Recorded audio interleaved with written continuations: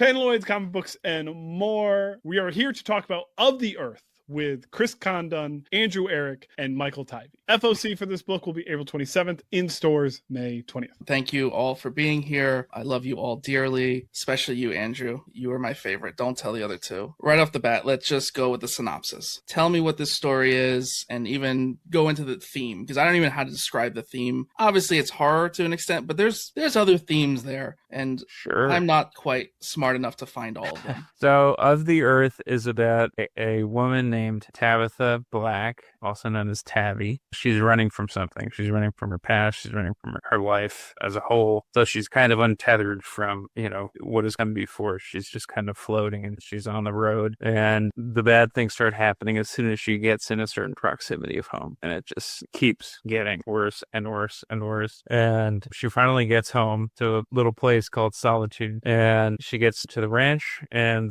some things have changed, and that's kind of where we start our story. That's really where the story begins and takes off. And it's about coming home and things not really being the way that you expect them to be. And, it's also about oil and the earth, and about, what happens when you exploit the earth, your environment, nature. Does that precipitate bad things happening? That's what the book is about. And I think just to add to that, it's kind of what Chris touched on already, but it's about a character who's kind of in some ways confronting, the demons of her past, kind of amidst sort of a crazy situation that unfolds. So it's a lot about just past experiences and kind of where Tabby finds herself at this point in her life. The amount of kind of like dark situations, like just from the get, a roadkill situation, which to me was the most upsetting. I know there's worse things coming. That will still bother me more than anything. We got to read it early. Thank you guys for sharing it. Very, very strong. Number one. Image has been on a little trend of selling out. We're going to dork it up. I think this could be very well deserving of a nice sellout. Oh, well, thank you very much. Yeah,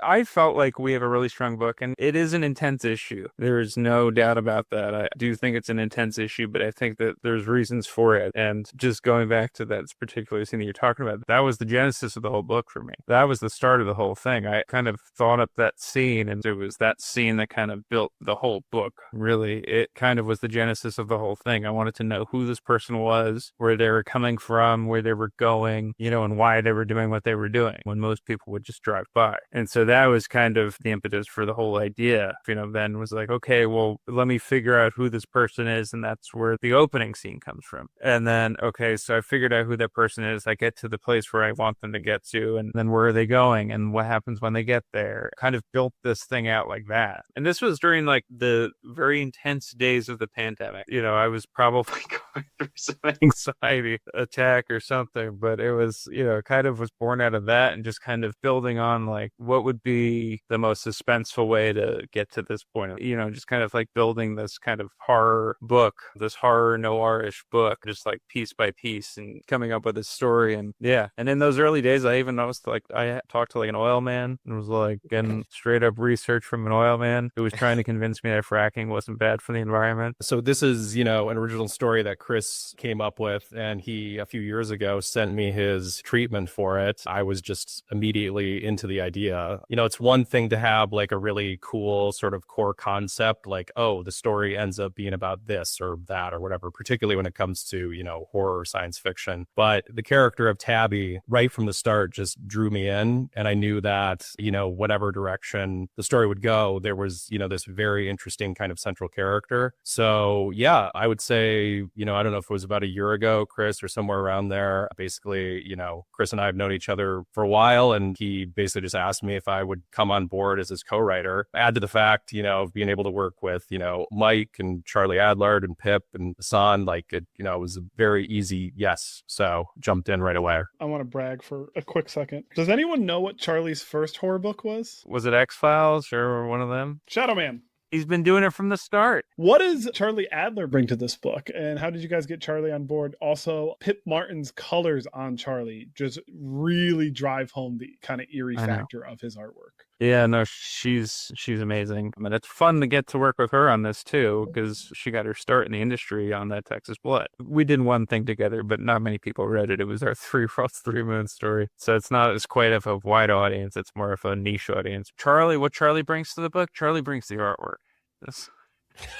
So how this happened was that, we kind of knew each other a little bit. I met him in 2021 at the Lakes Comic Art Festival in the Lakes District in the UK. We got along then and we liked each other and we kind of kept in touch here and there. And I would send him a new book. We would chat every once in a while. And then we did 2 EC stories together. One was like a silly story about the eighth dwarf who was vengeful, was his name. And then there was another story that was sort of like this esoteric take about the, meeting the devil at the crossroads. And we liked working with each other there. We liked bouncing things back and forth to each other. And he asked me like, hey, if you ever want to do anything together, like, let me know. I'd like to do it. And, I had this idea kicking around. It's kind of funny because it's been around for a minute. I think I had sent it to Image a while ago, but with a different artist attached, and they didn't respond at all to it. And I was like, I wonder why. And then, kind of dusted it off and reworked it a little bit with Andrew just from the outline stage, and then resubmitted it once Charlie and I had talked, and submitted it with Andrew on board as well, and kind of went in with a full crew. So we went in with Pip and Haas and everyone. And and it was amazing to get to do that. And what Charlie brings to the book, he brings the, atmosphere, the deep shadows that he brings to the book. I love the way that he draws the environments. This is the perfect kind of book for that, wide open spaces. And you really feel isolated in those spaces, which is perfect for this book. We want you to feel isolated. That's kind of the whole point. Your closest living thing is not a human being. It's the hawk that's flying in the skies above, that kind of a thing. And he just brings so much to the book in that way, and just kind of capturing the atmosphere, which is critical to the success of this book. And like full disclosure, the artist before was Jeffrey Allen Love. And so we were already doing a book together. So I was like, well, I'm not going to ask him to do this book too. I was down an artist on my roster. I'm like, well, I got to find somebody. I'm like, hey, Charlie, do you want to pinch hit? No, it was like a perfect melding of artist and script. And I was like, well, this is a no-brainer. It's interesting you say that because like if you were to flip the artist, if you were to put Charlie on News from the Fallout and you would put Jeffrey on this, I don't think either book would have felt the way that these books feel right from the jump. I can totally see Charlie doing news, but this is much more his wheelhouse. Yeah. And I feel more sunk in with Charlie's art on this. 100%. Yeah. It works so much better in the ways that they wound up being. And it's kind of one of those things where it feels like it was fated to happen. Like the fact that Jeff did the black and white mid-century zombie-ish book. And then Charlie gets to do this wide open, sparse, noirish monster thing. And it's like, okay, cool. Like that's what I love about, doing comics is you kind of have the chance and the space to be able to put these things together in a really cool way, and with the perfect people. And I think the long runway also helps that happen. Sometimes it's like, you wait and then it's just like, oh, the perfect thing just like happens to move into the space. And in this case, it was, Charlie asking me, hey, do you want to do a book together? And me being like, what book am I going to do with Charlie? And then realizing I have Of the Earth, which is a story that I loved. And I'm like, oh, wait, I think this would be perfect for him. It's got these unsavory, dark moments, and it's got these characters that are, very complex and troubled. And so there's a lot of atmosphere to the book. And I just was like, he's kind of the perfect artist for that. And again, teamed with Pip, couldn't be happier. It's like dream team. Michael. Okay. So I have an app called Pixar on my phone, and I use my finger, and sometimes I put Jeremiah's face on Swamp Thing. Sometimes he's holding a goat with Pierre's face on it. When I see the things that you create, I am so overly impressed. The things that you do, I don't know how you do them. I'm assuming it's not on Pixar on your phone. No, I've never even heard of that. It doesn't make me feel better. That's impressive. Bro. I am curious of when you get involved. Obviously, we were introduced to you at News for the Fallout. Just that alone, we could talk about for hours what you did for that book. But if you could just give a little bit of who you are, what you do, and when you get involved in the books and how you amplify them so much. Thank you for that. I really appreciate it. I'm a graphic designer, but I wasn't involved in comics. So I've done a lot of stuff with bands, artists, did stuff for WWE, touring musicals, kind of like anything and everything except for comics. And, Chris and I have been friends since 1993, 4, something like that. Like most of our lives. We've always been working on books together. As a matter of fact, I want to get this graded one day. So this is an early Chris and Mike Tivey book. It's backwards. Wow. But this is our WrestleMania book that we made. It's in my The OG. Yeah, it's in my long box of Chris titles. And what is the publication date on this? You can probably tell by who's wrestling. But yeah, so you got The Rock, This is a Chris original drawing worth millions. So it's got to be All right. post 97. My Stone Cold. I would imagine it's 97, 98, somewhere 97, around there. 98. So we've been doing this for a long time, but we were living together during the pandemic, and I did a few things for Chris and Jake with that Texas Blood, then Field Gang Massacre sometime after that. And then, then it wasn't until News from the Fallout, Chris kind of presented me with this opportunity to help them build it sort of from the ground up from a visual standpoint. They already had the title treatment sorted out, which Hassan did, which was incredible. And we got to work together in person. Chris and I'd come over and we would just knock out an issue of back matter over the course of a night, which was great learning experience for me. It's great hanging out with your best friend, right? But to be able to put together something like that with Jeffrey and the entire team was incredible. And then, sometime during the release of Fallout, around the same time the first issue came out, Chris had mentioned that he was working on this book, and I had heard the story because we were living together when he was working on it initially, but he kind of caught me up to speed with Andrew's involvement and then Charlie, which that was crazy. What a get. And to be able to tell my wife, because my wife doesn't read comics except for The Walking Dead. So it's the one person I could be Charlie Adler, and she knows exactly how cool that is. So with Of the Earth, this time I got to do the title treatment. Got some notes from everybody, just sort of where they were at, what kind of inspirations they took from, whether it's movies, novels, just pop culture in general. And then came up with a proposal of something 8, 10 logos essentially. But to get notes back, that's from Charlie is pretty wild. And then he sent over to me the artwork for the cover. And it was a Photoshop file. So to be able to actually see the elements, and I got to nerd out on a tech standpoint, see the files, and it's having an original piece of artwork, and to be able to put my title over that artwork and these guys' names who I respect so much is awesome. And then once we agreed on that, we just started rolling with the interior stuff, and Chris and Andrew rolled out the back matter pieces, which we ended up putting at the beginning of the book for the first issue, which I think was a really awesome idea. Cool way to kick off the story and set the tone. It's really cool to have that prose kind of lead in to the actual sequential art. So a very, very nice take, and something I don't think we've ever seen a lot of in comics at all. One of the movies that we reference all the time in general is Texas Chainsaw Massacre. It's one of the best films of all time. And that's a perfect way to start the story that you're about to see, which is such an isolated story, so contained, but so impactful. And it just sets this weird tone of uneasiness and what am I about to get myself into? That was the thing, right? It felt like that opening scroll that, in voiceover from the Texas Chainsaw Massacre. And it just kind of set a tone. And then, when you start out and all of a sudden, it wasn't even intentional, but they very much follow a similar trajectory. Somebody on the road and they don't really know where they're going and you don't know where they're going. And then you get there, and stuff happens. It's fun to have that front matter, have it open that way. And I asked Alex Pactadol if he had seen, because he's more of a comic nut than I am. And I'm yeah, have you ever seen this? And Mike and I have a buddy named Max, reached out to him and was he's a nut with comics even more than I am too. So I was have you ever seen this before? And it's I don't think, we've really seen it too much. So it's kind of fun to start the book out that way and, try to do something unique with it. And yeah, like I said, just kind of set the tone, kind of set a vibe, because it's fun that it's when it's in print, that'll be the first thing people see when they open the cover, kind of give people a new experience. I can't think of any series that has started with as much of a lead up in just text form like that. Truly does set the tone and kind of puts some notions in the back of your mind. So you're kind of looking throughout the first issue for that. It's a really, really cool feel to it. How exactly does it work from issue to issue where you guys are alternating? How do you guys bounce back and forth with that? The way in which we approached it was,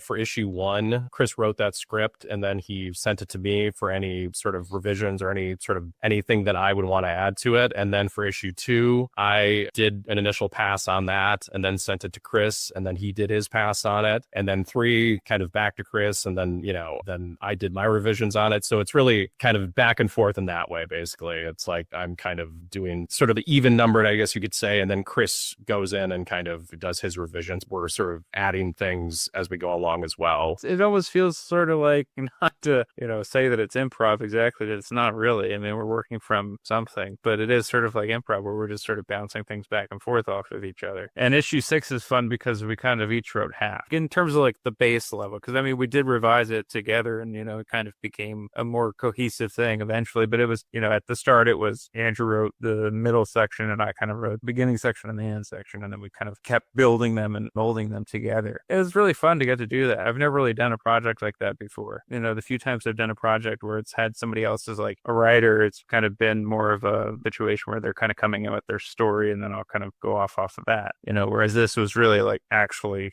sharing the load and kind of building it together. Was there ever a point where either of you like, no, we can't do that? I don't think so. There was a place that Andrew took things that surprised me and I was like kind of excited by it. I was like, oh, I didn't think of that. That's interesting though. And we kind of kept with that track. And so it's, I don't even remember if we had a conversation about it beforehand, but when I got the script in, I was like, oh, that's really interesting. And so I felt like there was a lot of that. I think we kind of surprised each other, even if we kind of knew where the overall story was going. There were still moments to get that excitement going for both of us. Because that's the thing with outlines. I don't really traditionally like working on like a heavy outline, but there's still that room to kind of be really on your toes and just be kind of like throwing things at the wall like as you're doing it, which I feel like you don't really get too much of when you're working from an outline. I'm curious to read issue 2 now and see if I can sense any different vibe, maybe less dead animals. Oh, I hope not. I mean, maybe a little bit, but I think it feels pretty cohesive. There's some cool stuff that he did that I was like, I was like paying attention. I'm like, oh, this is kind of interesting. So more traumatizing events from you, Andrew. You're really the culprit here. In terms of like approaching, like writing the actual scenes and then like looking at what the other person had written, maybe stuff here and there, but for the most part, I think we were always pretty happy with like kind of what the other person was coming up with, and any sort of adjustments past that point were more just like stuff that you do when you're writing a script of just like more fine tuning, sort of like a line or sort of like, oh, we should mention this or this should be included or whatever, So yeah, I think when it comes to kind of like the stories that we both like and, the movies and the comics that we both like, Chris and I are very, simpatico in terms of just like the things that we like. So maybe unsurprisingly, we kind of were able to work well together in that way of just, like, oh, this looks good. Very well done. How about Tabby? What was like the inspiration for her? Just the empathy that's built off the first few pages of the book. Was Tabby built after or kind of with or separate? Because I do think there's something there with her for sure. Like that's very strong. That was the start of the book with her. And that was something that frankly was, a real situation. I mean, Mike and I have both gone out of the car and, sat there with this creature. And like, that's kind of the character that I was like really interested in. And I wanted to know like who she was, when she goes through eventually what she goes through in the rest of the book. Like, how does she get through that? How does she deal with it? What does she talk about? What is she guarded about? What makes that character tick? And that's always the best part for me about doing a book is just finding the characters and hanging out with the characters and trying to figure them out. Most of the time that kind of just happens in like naturally in dialogue. So like with Joe Bob, like writing Joe Bob, I feel like I know the guy. Like I know what he's going to say. Like I know how he responds to a certain question. And this year is kind of like an interesting year because it's, I'm writing a new character like Tabby, which I'm hoping people connect with. But then I'm writing a character that I've been writing for 20 issues in Joe Bob. So it's like, I'm doing something that's with familiar characters and familiarity there. And then there's another character that I'm not only just building myself, I'm building with Andrew, and Charlie. So it's all this kind of collective effort. But yeah, she was the start of the book and she's the end of the book. And I hope there's a sequel. Damn it. I want people to read this damn book so we can do the sequel. Like, I think the sequel's even better. So I'm like, please buy this book. You have an outline already for the sequel? Yeah, I know exactly. I've already talked to Andrew about it and I've talked to Charlie about it. I'm like, I know exactly where we go from here. All right. And we can do a third one. It's like we could just keep going. It's like we could. But I like how we do it where we're like, nope, there's an ending and we can stop there. But, if people want it, we can do a sequel. How many is this set for right now? We have a 6-issue mini right now. And I think it works incredibly well as a 6-issue mini. But, we can keep going. And that's kind of the thing. It's hard to launch an ongoing nowadays unless you have some money behind you. So it's a little difficult to be able to do that. But, I do feel like we have a strong book. So hopefully the sales will be there. Matt Rosenberg writing a whole fucking year for a book that hasn't even come out yet. He's incredible. He is incredible. But when he told us that he's on issue 13 of Destruction Be Our Lot and issue 1 hasn't even come out yet, we're like, what? I'm in awe of him. He's wild. And that shows how passionate he is about the work and how sure he is that there's going to be an audience for it. And I mean, it's a damn good book. I'm anxious for all 13. To say to Charlie, let's do a book together is a different thing than saying, let's do an ongoing together. I don't think I would have sold him as quickly if I was like, let's do an ongoing horror book. And he's still having those flashbacks of The Walking Dead. Now that we know that there's a sequel already in your brains, the solicit for issue 2 teases escalation, which obviously makes sense. Without spoilers, obviously, but a little of what's to come or even just the horrible feelings we can expect. Anything you want to share about what's ahead? It'll be a descent into madness, basically. Things are going to get pretty crazy. Other characters, let's say, will come into the fold and they will kind of continue to figure out what exactly is going on with Grandma, what exactly is going on at this ranch and with this wildcat or oil well that Tabby sees in the first issue. I think we promise a lot of twists and turns and some very horrific moments that occur. So, yeah. We need to just cut that out and just send that out to the masses. That was perfect. I will say about like the actual book itself, the one thing that I find most exciting issue to issue is when I get a call or a text from Chris that's like, we just uploaded the colors. Take a look. He's like, you'll know what I'm talking about. And it's like when I come across that page or that panel or like the part of the story that he's talking about that has the wow factor, it's awesome. And it's a book that I truly would have wanted to read if I wasn't a part of it, if it wasn't with Chris or Charlie. Like, I think the story itself is so strong. And again, to like touch back on like that Texas Chainsaw vibe, it feels like this weird fever dream and it's nightmarish. You want to kind of get out of it, but you can't. It feels familiar, but you've never experienced it before. And I think between the writing, the colors, and the artwork itself, it's a tremendous ride for sure. The back matter, Chris and I grew up really enjoying like Weird New Jersey and things like that and old books in general. So taking those kind of elements and using those to build out this lore, this like Americana kind of, I don't want to say cryptid, but like this kind of what's happening, what's going on. I think you get that with the back matter. But yeah, just the interiors themselves, I'm just floored by every time I get to see a new piece that's done. The sentence you just said, it feels familiar, but we've never been here before. If you've been a fan of comics for the last 30 years, you've come across Charlie's artwork, and it's very identifiably Charlie. And going into this issue, you have that familiar feeling, that warm, cozy hug of Charlie's artwork, but something is unsettling already. And that's a really, really good take. I was talking to Franklin Jonas about the series, and we were talking about Pip specifically and the colors and like the palettes. And I feel like that's where that kind of partially came from, was just there's like a nostalgia factor to the way that she colors anything that she does. And particularly in this case, to your point on Charlie's artwork, it's really astonishing. It's a roller coaster. That's what the book is. The book is a roller coaster. The terror is in going up that hill. The rest is fun, but going up that hill, man, the anxiety just drives into you. Put that on a t-shirt. Can you please make t-shirts?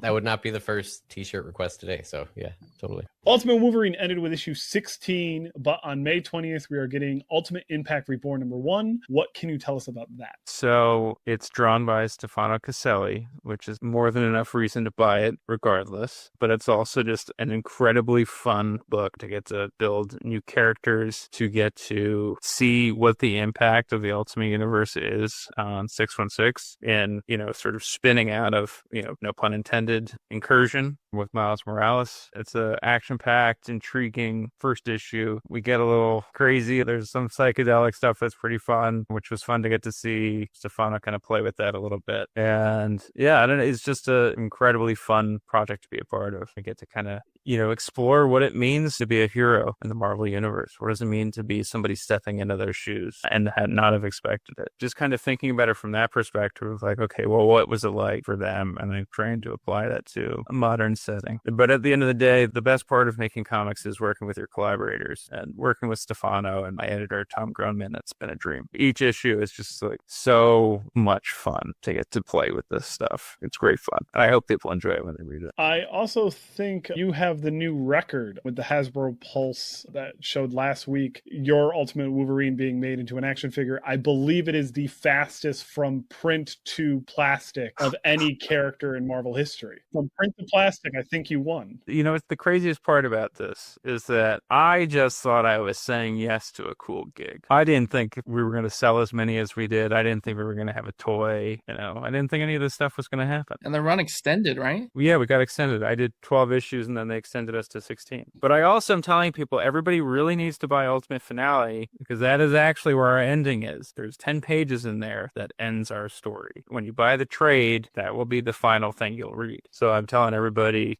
please buy that, read it. But no, truly, I really didn't expect any of this, and it's kind of crazy. I said at the time, I was like, this would be a cool toy. I mean, I thought Green Arrow would have made a cool toy, too. Which it still might. They are still using the costume. I was actually really happy with that. I was worried that once they finished our run, they were going to kind of, reset things again, but they're maintaining our status quo, which is kind of nice. The Peril of the Brutal Dark and Ezra Cain Mystery #5 FOC is June 1st. Solicitations have all of New York in danger. Chris, can you hint at what is to come? Some crazy action stuff that you've never seen from Jacob Phillips before. He is just in another league, just outdone himself with every single issue. And I've told people this, that the story gets very big. It starts off like a standard sort of like noirish mystery, and then it explodes and it becomes the city of New York. It is massive. It is teeming. It's a big thing. And all I'll tell you is that it takes place in the skies. I said it live on our podcast a few weeks ago. I think Jacob was put on this earth to make crime comics. I wonder what his mother says. She might say the same thing.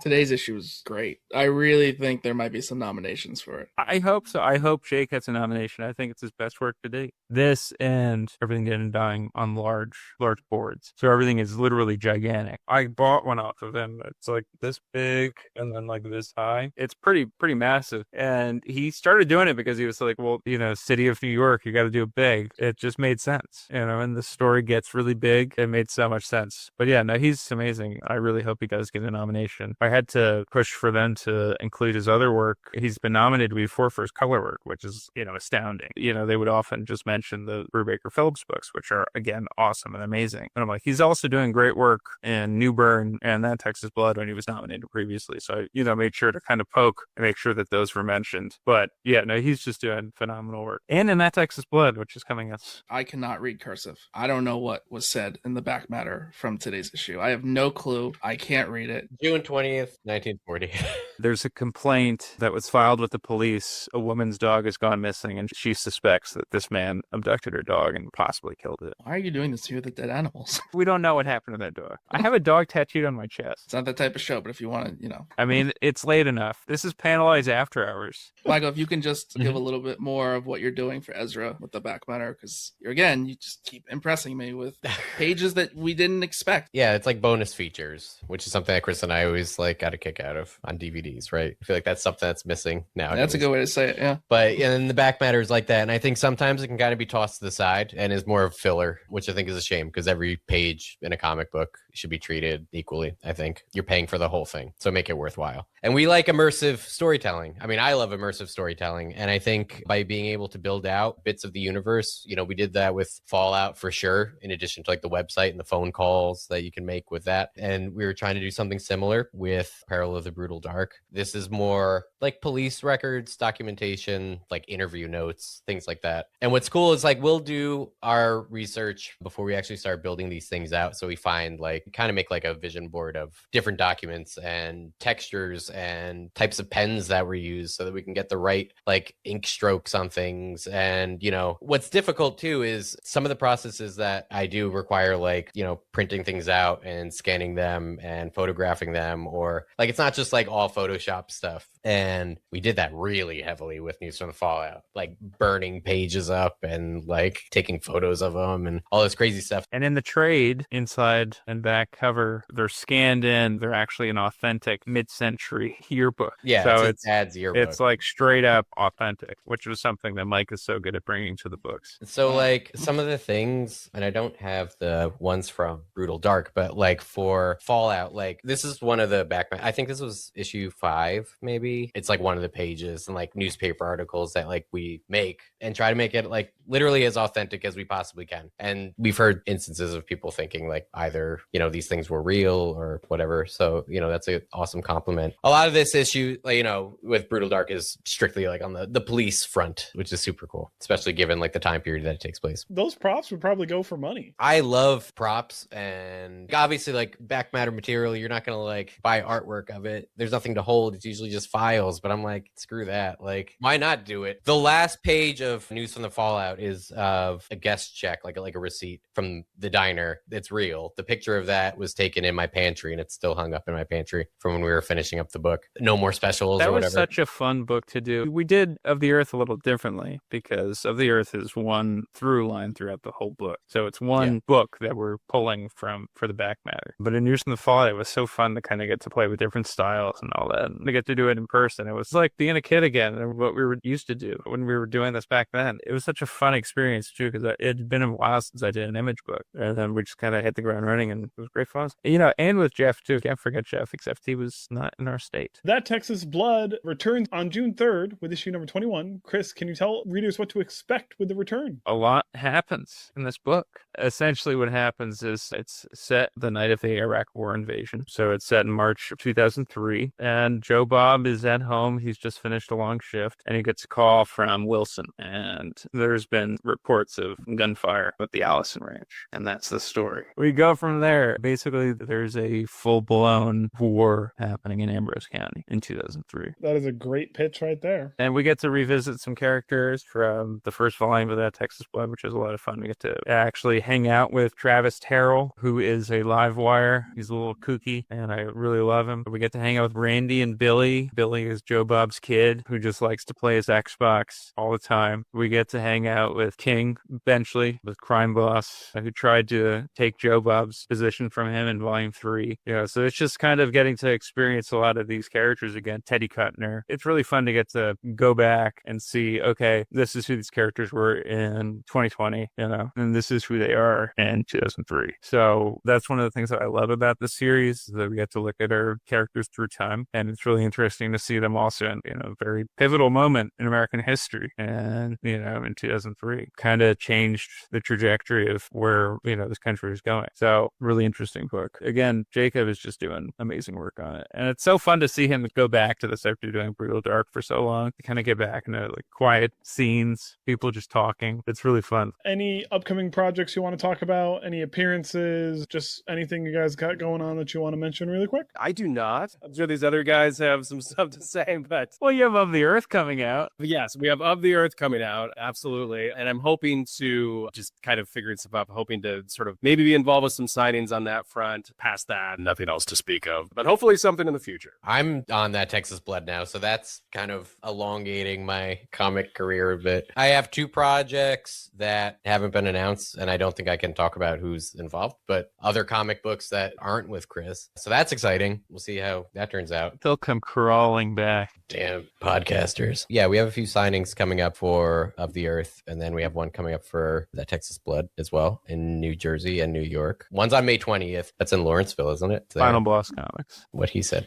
And then maybe one in Philly, hopefully, for that Texas Blood as well, but we're not there yet. And then there's the Trenton Charity Comic-Con I'll be at, which will be fun. I really want everybody to buy Of the Earth because I love this book, and I think that it's unique in this marketplace. Just like with News from the Fallout, I didn't think there was anything like that on the shelves. And I think that, if you read the book, you know what I'm talking about. And I think the same thing with Of the Earth. I think that this is a book that we're daring to tell you this slow burn horror story that is just, it's tension filled, the suspenseful, driving force of a book. I really love it. I think that's, one of those things that I just have kind of always wanted to do in comics. And, I'm really lucky that I get to do it and get to do it with some of my best friends. I really hope people pick that up. I also have that Texas Blood 21 coming out, our return. It is a whole new story arc. You can jump in fresh. If you've been following us, there's plenty of things to get excited about as well. Like I said, there's a lot of characters returning, which is a lot of fun, but you don't need to know anything about them. You can come in cold. You're good. It is a fresh story arc for you. I also have Reborn Ultimate Impact coming out from Marvel. Number 1 is going to be on May 20th as well. So if you're picking up Of the Earth, why not pick them both up? And then later on in the year, I have a Rogue One Darth Vader one-shot coming out, which I don't know if you guys are Star Wars guys, but it's pretty cool. I just had Return of the Jedi on before, and I was like, this is crazy. There's Lucasfilm on the screen, and I'm like, I got emails from these people. It's crazy. Might have you back for that one. Thank you so much, gentlemen, gentlemen, for joining us. Of the Earth hits stores on May 20th. FOC is April 27th. Tell your local comic book stores that you want it. Be sure to order before FOC. Andrew, Chris, Michael, thank you guys so much for joining us.